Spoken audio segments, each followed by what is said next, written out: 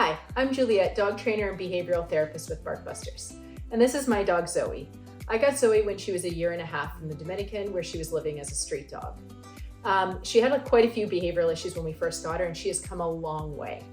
But one of the issues that Zoe has is, well, I guess I shouldn't really call it an issue. It's just who she is. Her temperament is she's a bit more introverted when it comes to other dogs. She doesn't really love having them in her personal space, just like some people.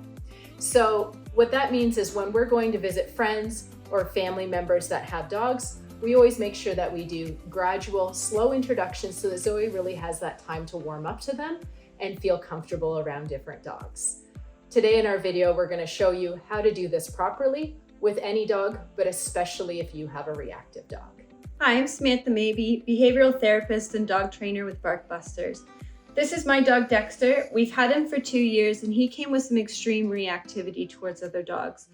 No matter the size, the distance, the type of dog, Dexter used to growl, snap, lunge. He would make a big scene every time he saw another animal. We've worked really hard with Dexter's training to help reduce that reactivity, and it's been a lot of work, but he's come a long way. So now we're ready for kind of taking it to that next level and starting to work on gradual, slow introductions to family members and friends' dogs. Muzzle training your dog can be an important safety precaution when working with reactive dogs. When done correctly, it can also boost your dog's overall sense of security and safety and help make the whole process just a lot more pleasant for everybody. First greeting should always be done in neutral territory and should always be done at a comfortable distance where all dogs are remaining calm. The dog should be walking in a loose leash, the owner's position between the dogs to maintain a comfortable control, and any dog that poses a reactive or aggressive risk should be muzzled. Once both dogs can comfortably ignore each other at a safe distance, we can start to work in closer proximity. Recognize that for some dogs it may require several walks at a safe distance before they're ready for this step. You might work on a sidewalk or it could be a trail. Again, humans should be placed between the dogs and both dogs walk on a loose leash. Once our dogs can comfortably ignore each other on a close distance walk, we're ready to allow for loose leash sniffing walks where the dogs are allowed to be in closer proximity. The goal for reactive dogs is not going to be best friends, but rather that the dogs can coexist comfortably. Notice after a brief sniff, both dogs moved on to walking, showing us that they're both feeling safe and we're ready for the next step, which is going to be going inside. It's always better to be proactive than reactive. So clean up the toys, bones, and food bowls before inviting another dog into your home. Only once the dogs are showing neutral and relaxed behavior outside the home in each other's proximity are you ready to start inviting them into the home. But you want to do this in a controlled and calm manner so that neither dog is trying to rush and push through that front door or guard it.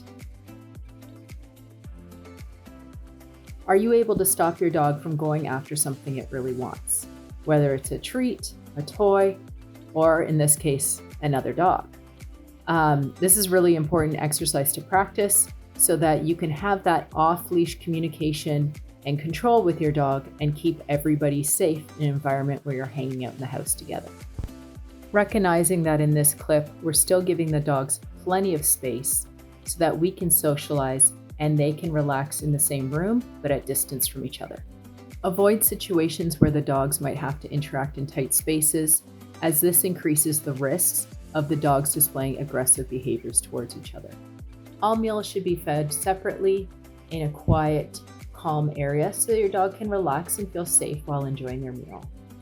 Also keep in mind that if you aren't able to give 100% of your attention to your dog, that they are kept in a secure space, whether that's a crate, a spare room, or using baby gates to block off access. It's important to recognize that the dogs in this video have been following a consistent training routine and have gone for several walks at a distance prior to the filming of this video. If you have questions regarding your dog's behaviors, please reach out to your local Barkbusters trainer by clicking on the link below. Barkbusters, a better way to a better dog.